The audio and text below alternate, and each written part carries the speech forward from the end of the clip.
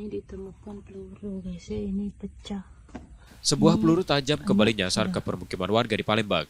Kali ini peluru menembus kaca belakang sebuah mobil yang terparkir di halaman rumah warga di Jalan Pertahanan 5 Kelurahan 16 Ulu, Kecamatan Seberang Ulu 2, Selasa 20 Mei 2025 sore. Pemilik mobil awalnya meninggalkan rumah dengan sepeda motor. Saat kembali, ia terkejut mendapati kaca belakang mobilnya pecah 1000. Setelah diperiksa, ia menemukan sebutir peluru tajam di dalam kabin. Temuan itu langsung dilaporkan ke pihak kepolisian.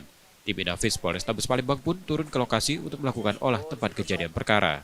Dan nak ngambil kunci di depan itu, dijengok di dashboard itu, koyak apa, tegores itu dashboard tuh, nyingok ke bawah tuh, yang serongsong itu. Oh, selongsong peluru. Iya, jalan aku nih nyari rumah Pak RT, bawa nemu serongsong ini kan, jalan diteleponnya Babinsa, ya Babinsa ngecek sini.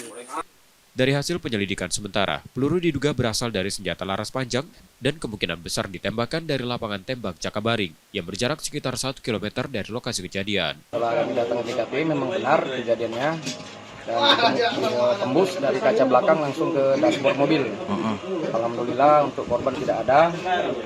Setelah kami telusuri dari proyektilnya kemungkinan senjata laras panjang yang dilakukan oleh orang tidak dikenal. Jadi seputaran lokasi TKP ini kurang lebih jarak 1 kilo ada tempat latihan menembak. Insiden peluru nyasar ini menjadi yang kedua terjadi di hari yang sama. Sebelumnya peluru lain dikabarkan mengenai kaki sopir mobil bak terbuka pengangkut tabung gas. Yudi Kiswanto, Kompas TV, Palembang, Sumatera Selatan.